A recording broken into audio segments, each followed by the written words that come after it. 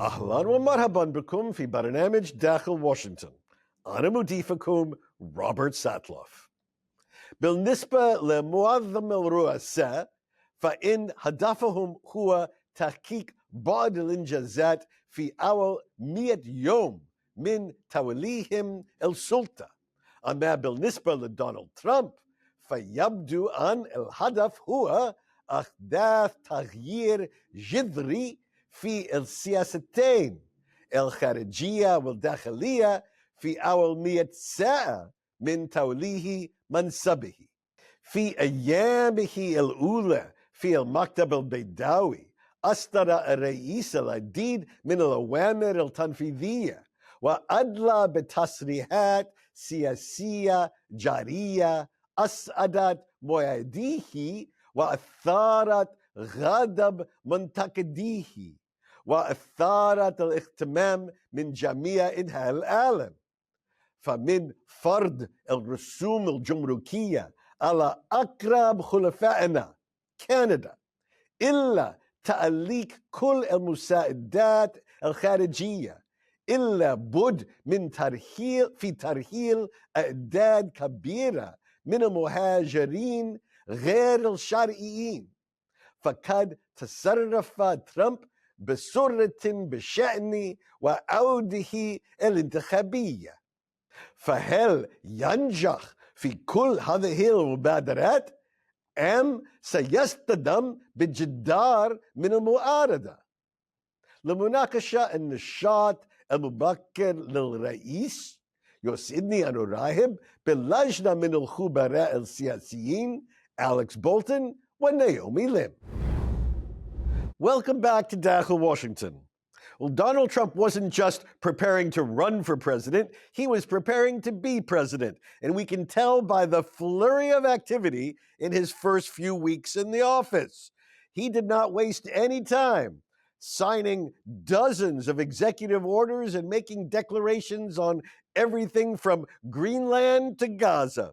We're going to take a look at the politics of the great disruptor's first few weeks in office. I'm delighted to welcome Naomi Lim and Alex Bolton to help us look through this. So let's first begin with the assault, in many ways, on how traditional government operates, the great hold on government funding. What precisely did President Trump order? Why? And what happened? Alex, help explain all this. Well, there's a lot to explain, and Trump has done a lot in terms of his executive orders and executive actions. Some that really stand out is he ordered within the first week of his presidency a freeze on all foreign aid. That was followed up this past weekend when Elon Musk and his team essentially took over USAID, the nation's foremost foreign assistance program, locked the doors, locked out the workers, and now sent notice to all the employees there that they are on leave and essentially at risk for being fired. And beyond that, last week, beginning of the week, the Office of Management and Budget issued a memo that ordered a freeze on all federal grants and loans. And they said, creating a lot of confusion. They said that primarily they wanted to stop any funding of DEI programs, diversity, equity, inclusion programs, not just in the federal government, but also in the state and local governments that are taking federal money. He wants to stop investment into climate change. The president issued an executive order halting the disbursement of funds through the bipartisan infrastructure bill that President Biden signed into law in 2021, as well as the Inflation Reduction Act in 2022. So to sum it all up, there are broad freezes on an array of government programs and spending, and it's affecting a variety of programs, including Head Start, including Medicaid, which have those programs, their websites have gone offline, have gone black, creating a lot of confusion around the country and on Capitol Hill. So, Naomi, the technical term for not spending money that is authorized by Congress is called impoundment. Is it legal for the president to not spend, to suspend the expenditures that Congress duly voted for? Well, this is a question that will be taken up by the courts. We're already seeing Democratic challenges to particularly this federal freeze that I think stunned a lot of people in terms of not only the programs, as Alex mentioned, but also people's jobs and livelihoods. And I think it was this sense, I mean, we're used to 4 years of this administration and the way that it sort of upends traditional thinking toward the way that government should work. But I think that particularly that federal freeze is what woke up Democrats to try and act. And I think seeing that, as well as sort of the challenges that we're seeing to the 14th, the birthright citizenship or executive order, are the things that we're seeing Democrats actually respond to. But I guess the essential answer to your question is legally it seems like it's not, and this is why potentially again a Trump strategy of challenging and pushing boundaries and seeing how far they can go and get away with things. And I think this is one example, and we're going to see many more as this first 100 days unfolds. So much has happened in the first few weeks that we tend to very quickly move on from a news item on a Monday. By Thursday, it's already overtaken by several other ones. So, for example, Alex, one of the president's earliest decisions was to pardon a blanket pardon on everyone involved in the January 6th uprising 2021. Um, there seems to have been very little after effect from this decision. It's already in the history books. Is that right? Well, we'll see. I mean, we'll see what these people who were pardoned, what they do if they commit additional crimes. It's certainly going to come back. And there was, one of those protesters who was pardoned was later shot and killed by police in a traffic stop. So, some of these folks had, histories of criminality, even before the January 6th and subsequent conviction. So, look, if some of these folks continue to get in trouble with the law, or if they commit other crimes, certainly that will make headlines. So it's not completely forgotten. Yeah, there are other things going on that are taking the immediate attention of the news media. But I'll point out that a number of Republican senators, including Mitch McConnell, the former Republican leader, say that it was a mistake to pardon January 6 convicts, especially people convicted of crimes of assaulting police officers. So, and also, this could come up in the next election. And, while Trump did sweep all 7 battleground states, his margins of victory weren't huge, really. So, this is an ongoing political issue, I think. So I wouldn't say it's over and forgotten about just yet. All right. Naomi, earlier, Alex mentioned the war on DEI, diversity, equity, and inclusion. Could you tell us a little bit more about, first of all, what is this, and why has it animated such outrage among a certain part of our political spectrum?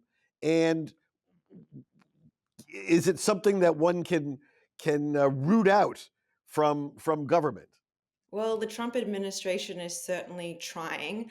Essentially, DEI stands for Diversity, Equity, Inclusion Programs. And the idea was it was essentially a response to the police involved death of George Floyd in 2020, where there was this reckoning with race in this country and this idea that, we need to lift everybody up. Not that everyone is necessarily equal, but that they should be given equal opportunity to pursue different opportunities. And so I think that that was what the Biden administration particularly leaned into. Then I think that there was a reaction to that in terms of what people would probably call the silent majority when Trump was first elected, his sort of base of white working class people that came from, manufacturing jobs and stuff, and seeing that their jobs, or this idea that their jobs were being threatened by people of color or women and things like that.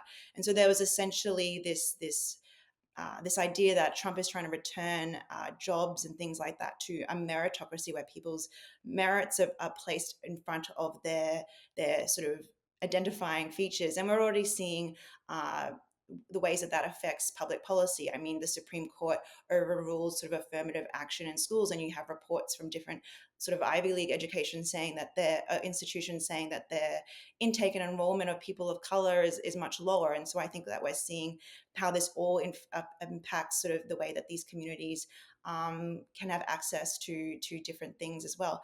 I think that I mean, the government is trying to get rid of it. They've even, in the memos that sort of Alex was talking about, have asked in a very sort of draconian way for members of the government to sort of tell on if the government is trying to hide these programs behind different names. And so there is this concerted effort. I think that. I mean, we'll just see in terms of like data that is collected in terms of, the way that different demographics are represented in the government. But obviously, it's not a priority for this administration. And Alex, a lot of the things that we've been talking about today have been championed and executed by Elon Musk, obviously one of the richest man in the world, a huge financial supporter of the president, who holds no constitutional authority in our government, but yet wields significant influence. Is this an unusual situation for a private citizen? How do you characterize the role that Elon Musk is playing in everything we're talking about today?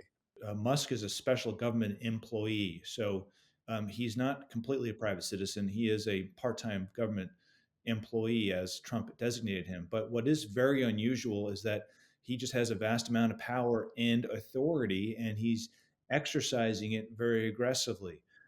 To sum it up, Elizabeth Warren, Democratic Senator from Massachusetts, says that Musk is running the federal government right now, and if he's not running the whole thing, he's certainly doing a lot, and he's acting with a level of, I'd say, bold assertiveness that we've never seen from anyone who's not either the president or a cabinet official or a very senior White House official. He and I'll point out some of the highlights.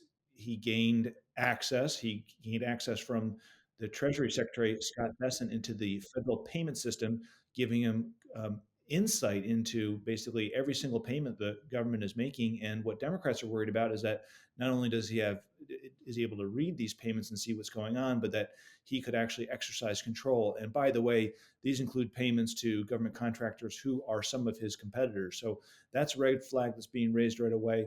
The fact that Musk was able to gain essentially control or access to thousands of government employees' emails and personal information to send out notices directly to them, offering them a buyout, so that to give them essentially 7 months severance if they were to resign from government.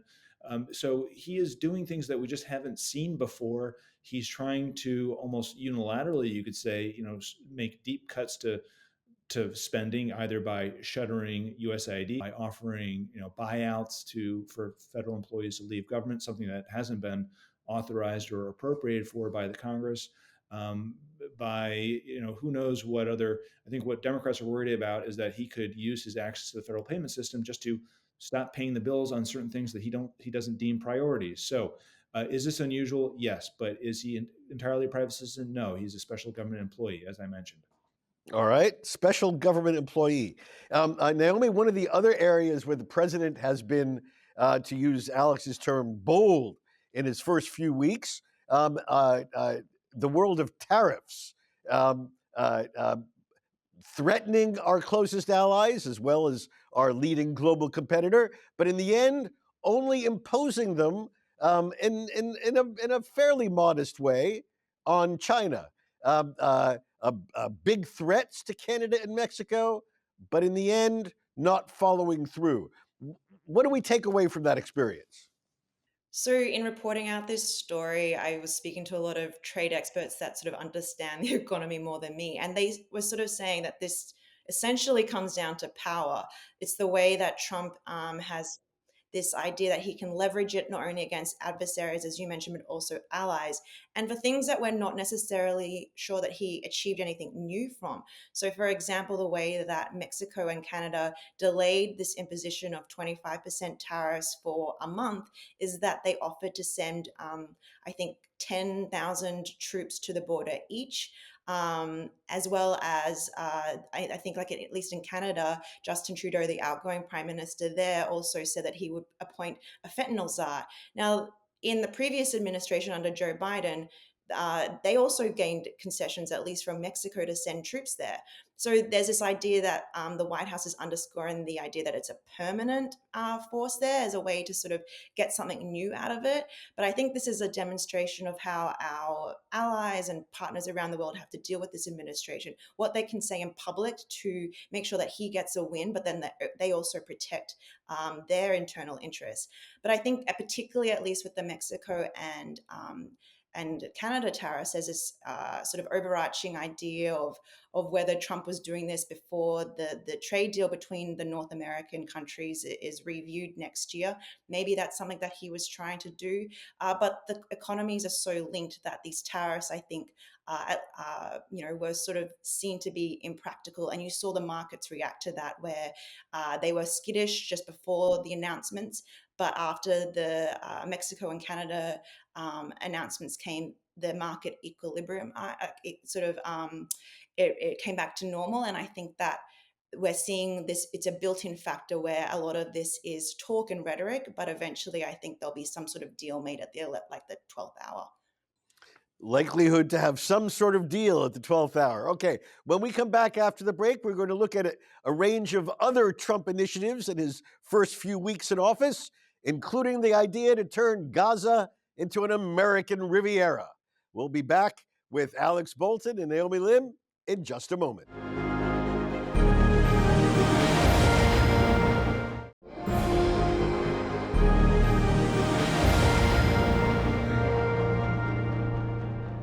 Our guests today include Alex Bolton. Alex is a senior staff writer at The Hill, a newspaper offering in-depth reporting on the politics and policy in our national legislature, where he covers Congress and the broader American political scene. Also with us is Naomi Lim. Naomi is White House reporter at the Washington Examiner. She previously reported on crime and politics for News Corp in her native Australia. Well, there's no more conventional wisdom that was upended than what Donald Trump said standing next to the Prime Minister of Israel when he just blew past discussion of the mechanics of a ceasefire in Gaza and went all the way to suggesting that Gaza would become an ownership property of the United States and we would turn it into Riviera on the Mediterranean. Disruption, a real plan, Trump throwing a grenade into diplomacy. How do you interpret all this? Well, Peter Baker of the New York Times said this is something that that Donald Trump might have said on the Howard Stern radio program 20 years ago to get a rise out of an audience. I mean, it seemed like something out of a podcast or out of a radio talk show. It was so, I'd say, divorced from the political realities of the Middle East for the last, 50 years, you could say. So is it surprising? Absolutely. Is it feasible? I think highly unlikely. And it's already getting pushback from Republicans in Congress. Rand Paul is the first out of the gate, a Republican from Kentucky. He said the pursuit for peace should be that of the Israelis and the Palestinians. I thought we voted for America first. Rand Paul said we have no business contemplating yet another occupation to doom our treasure and spill our soldiers' blood. So,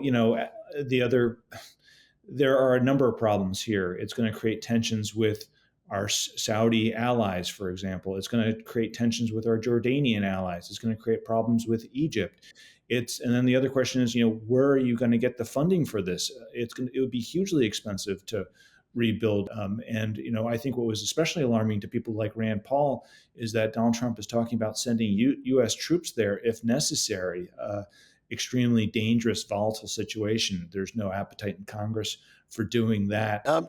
Naomi, when you look back at the first Trump administration, was there a record of him coming up with big, bold ideas that actually didn't go anywhere, but disrupted the situation, perhaps positively, perhaps negatively, but certainly disrupted the status quo?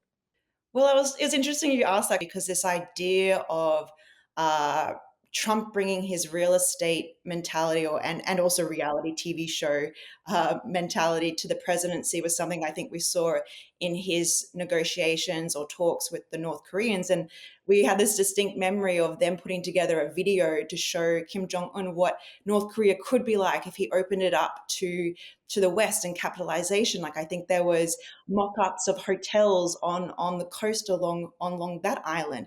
And so there's this idea of him bringing these outlandish ideas. And I mean, you saw even Israeli Prime Minister Benjamin Netanyahu sort of say, our war aims were to make sure that Hamas never posed a threat to Israel again. But even Netanyahu considered that this was a bigger, more sort of out there idea than that they had even conceptualized. And I think, to Alex's point, what I've been interested in is the Democratic response to this. Speaking to lawmakers and sources on the Hill, there's this idea that they're trying to sort of downplay it, which I think is interesting because it is such a left field idea. I would have thought maybe that they would have underscored it more as a way to sort of, undermine Trump. But we're seeing this sort of collective breath in Washington in terms of downplaying it. And I think that this is this unpredictability that the Trump administration likes to take credit for, this idea of, this madman theory of where he can act sort of not in the traditional way that people expect, and it helps sort of ease things with allies or gets concessions from adversaries. And I think that this is what they're trying to demonstrate again. But I think it's just going to be interesting politically, because obviously the war was a big deal for former President Joe Biden. And I'm wondering whether the people that didn't vote or voted for Trump are now sort of second guessing their choices. So if Trump is getting his way with his cabinet nominees and is making some progress, we see Latin American countries more or less agree to his demands. Colombia, Peru, Panama. Naomi, I want to ask you about how the Democrats are reacting. Are Democrats, have they coalesced around a strategy yet? Is it going to be resistance for the next 4 years? Is it going to be work where they can but fight where they can't? I think among at least the rank and file Democrats that I talk to, there's sort of a disappointment with the way that leadership is responding. I think just only really recently we've seen an uptick, for example, in the number of press conferences that Senate Minority Leader Chuck Schumer has held. And so we're finally seeing a lot more vocal pushback from at least the leadership. They're going past the first 10 days. We're entering now the next stage of this 100 days. We're seeing a little bit more unpredictability from this administration. I don't think that many people had this idea of the US trying to occupy Gaza on their bingo card for this year. And so I think that the Democratic Party needs to become a lot more sort of spontaneous and more reactive to the way that they push back to this administration. Otherwise, they're going to be railroaded. And I think that will sort of hurt them in the next 2 years in the midterms, when they're trying to at least claw back some power, at least in one of the chambers in Congress.